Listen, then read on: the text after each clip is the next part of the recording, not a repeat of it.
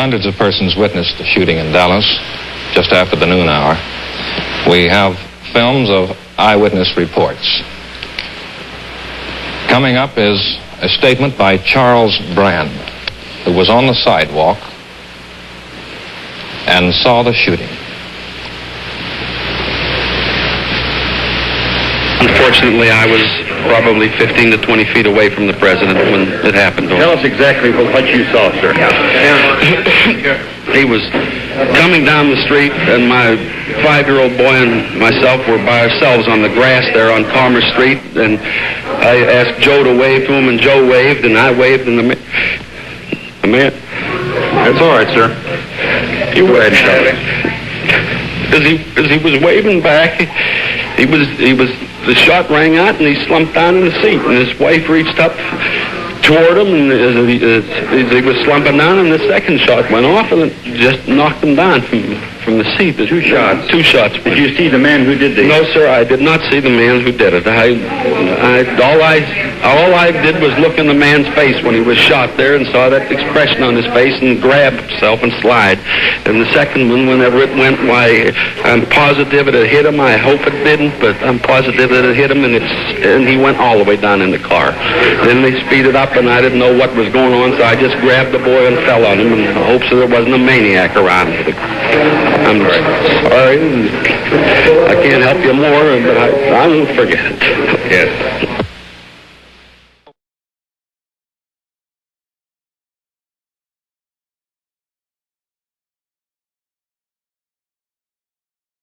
A rifle withdrawn from the window. I happened to be about 15 feet away from the president when the first shot hit him. There's some discussion now as to whether there was one or two shots that hit him, but the first shot rang out, and I was positive when I saw the look on his face and saw him grab his chest and saw the reaction of his wife that he had been shot. And just at that time, which was probably a few seconds later, the second shot rang out, and he just absolutely went down into the seat of the car. There was a third shot that went, and by that time I had grabbed my little 5-year-old boy who was with me and ran away from the scene of the thing.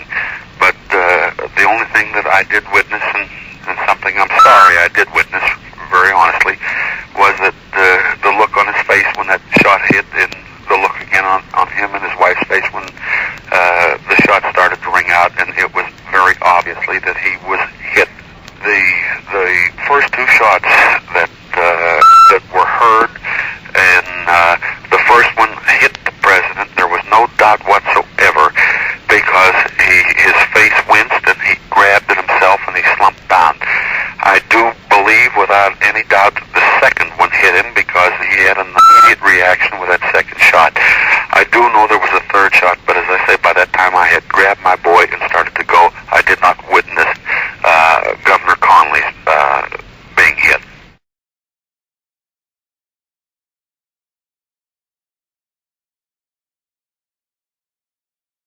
Mr. Brehm, where were you on November 22nd, 1963? I had taken my 5-year-old son downtown to see the presidential parade. This is a picture taken by Mr. Nix of the limousine at the time the shots were fired. Do you see yourself and your boy in that picture? Yes, sir, this is myself and this is my son. On this frame here where the first shot hit the president, I would say that he was possibly 30 feet away when the first bullet struck, moved a little closer, and was possibly 20 to 25 feet away when the second bullet hit. Did you see the effect of the bullets upon the president? When the second bullet hit, there was the hair seemed to go flying. It was very definite then that he was struck in the head with the second bullet. And yes, sir, I very definitely saw effects of the second bullet. Did you see any particles of the president's skull fly when the bullet struck him in the head? I saw a piece fly over, in the area of the curb where I was standing. And in which direction did that fly? It seemed to have come left and back. In other words, the skull particle flew to the left and to the rear of the presidential limousine. Sir, whatever it was that I saw did fall both in that direction and over into the curb there. You were a ranger during the war, correct? Yes, sir, I was a ranger during the war. Took part in the invasion of France and was shot a couple of times. So, as I say, it's possibly like swimming. I hadn't heard that sound for many a year, but you don't forget it once you've heard a shot rounding, coming close to you. Did you speak with newsmen on November 22nd and tell them what you saw?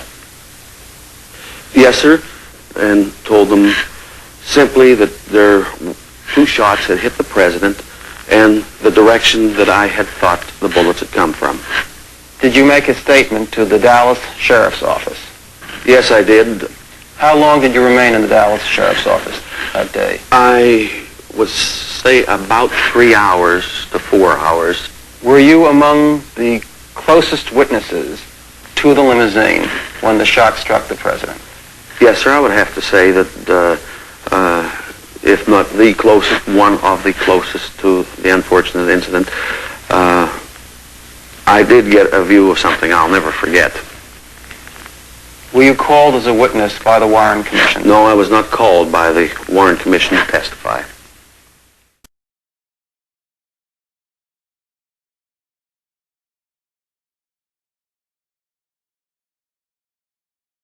Well, now, some critics of the Warren Report have taken your testimony or interviews with you to indicate that you thought the shots came from behind the fence over there. What about that?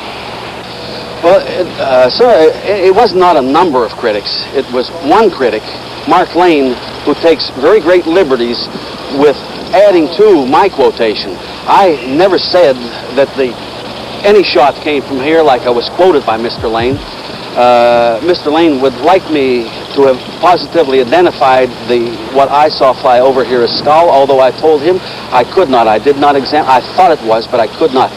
So he has added his interpretations to what I said, and consequently that's where the story comes from, that I said that a shot come from up there. No shot came from up there at any time during the whole fiasco that afternoon.